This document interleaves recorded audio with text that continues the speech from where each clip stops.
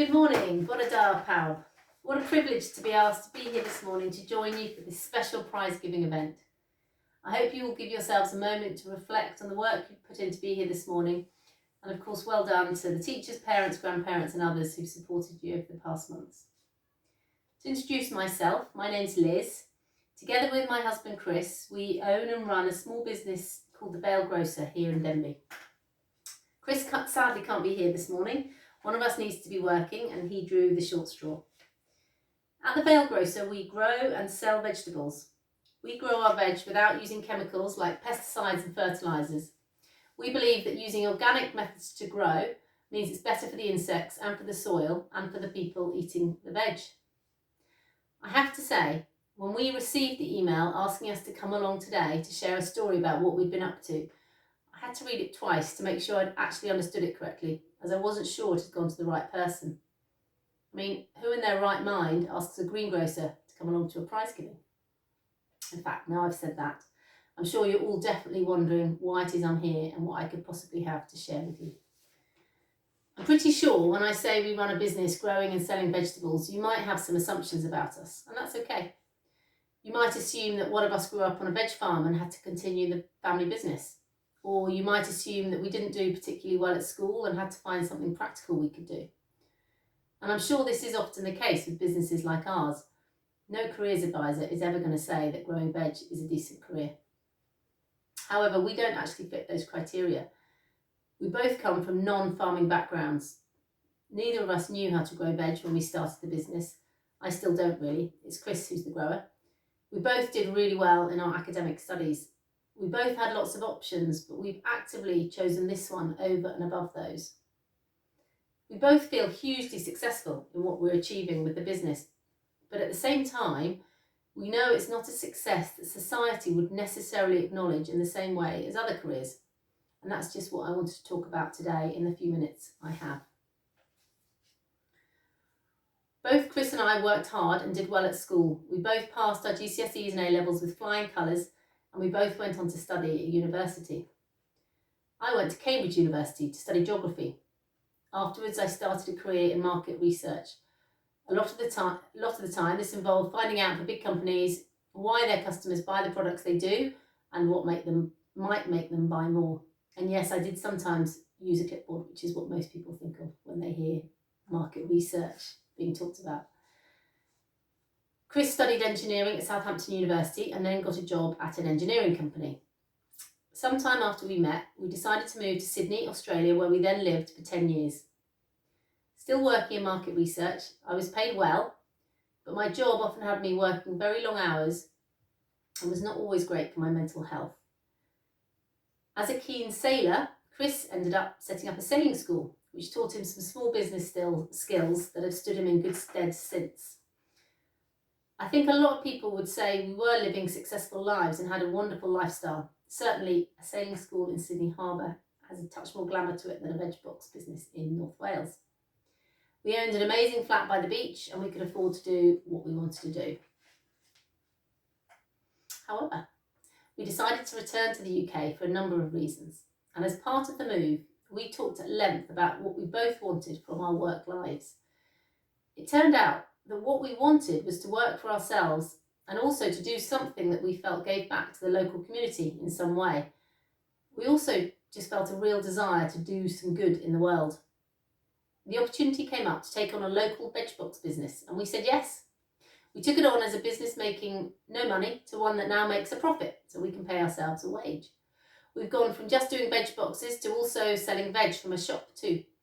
We employ a few people and we also run a monthly farmers market where we work with lots of other great food producers. We even have a fish van now outside our shop every Friday selling fresh seafood, which in turn brings more customers to us to buy veg. We've learned that working together with other great businesses and people benefits all of us. We've been running the Vale Grocer now for over 5 years. According to some research online, around 50% of new businesses stop trading within the first 3 years of opening. So based on that, we're doing well. And as I said before, we do feel successful most of the time. Our success is in selling a lot of veg every week. And actually, we're increasing those sales month on month at the moment. We constantly have lovely feedback from our customers telling us how much they appreciate what we're doing. And we eat amazing food every day that we wouldn't have had access to in the past, and that we know is making us healthier than we ever were. So coming back to what I said at the start, why did I wonder if the email about today had been meant for us? Well, despite knowing how much great stuff we're doing with the business and how grateful so many people in the local community are to us for doing what we do, it's still hard at times for us to link this with success. I checked what AI thought about what success meant, and I was told success is often defined as the achievement of a desired goal or the attainment of wealth, fame, or power. And this is certainly how it feels at times. We often hear people saying things like, so-and-so is doing really well, or so-and-so is really successful. And always it's linked somehow to money or status or possessions, like the type of car, house, or even holidays they go on, or living by the beach in Sydney. And certainly there's no shortage of people making money on social media who have their own version of what success is that it's easy to get caught up in. I'm not sure many people would consciously aspire to growing and selling veg for a living. Certainly not if they want to achieve wealth, fame, or power. And that's perhaps part of the problem. Our friends were very surprised when we told them what we'd decided to do, and still are surprised, I think, that we've persisted for over 5 years. I think the expectation would be that it's something someone does because that's all they can do, not because they choose to do it, as we have. Imagine if this wasn't the case. Imagine if actually there was a realisation that what we eat is more important than anything, and that we should all have access to locally grown organic produce. Imagine if growing veg commercially became a job like any other, not one that was somehow seen as less aspirational or successful. Things could be quite different. The AI definition I read went on to say, success is subjective and can mean different things to different people. It could be achieving personal growth, making a positive impact on others, having meaningful relationships, or simply being happy and fulfilled. Ultimately, success is about accomplishing what is important and fulfilling to you personally.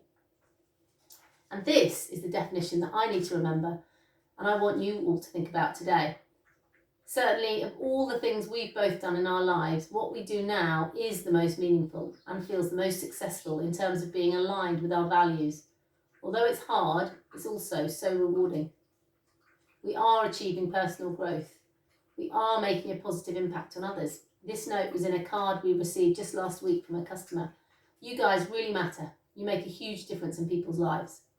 I've never been told that in any job I've had in the past. We do have meaningful relationships and we are happy and fulfilled in what we do. Despite all of this, it still feels as though we have to prove or justify or even big up our success in a way that I'm sure we wouldn't have to if we were in, say, a leadership role in a big company. And that's really what I wanted to get you to think about for a moment. What is it that comes to mind when you think of a successful person? Is it the first part of the definition I read out, or the second part, or a bit of both? Success doesn't have to just mean wealth, fame, or power.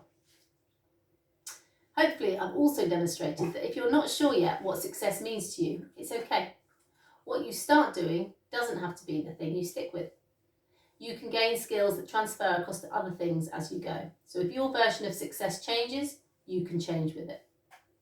Good luck to all of you with the next chapter, and I wish you happiness and fulfillment. And finally, if any of you are interested in trying to make some money growing vegetables in the future, you know where to come.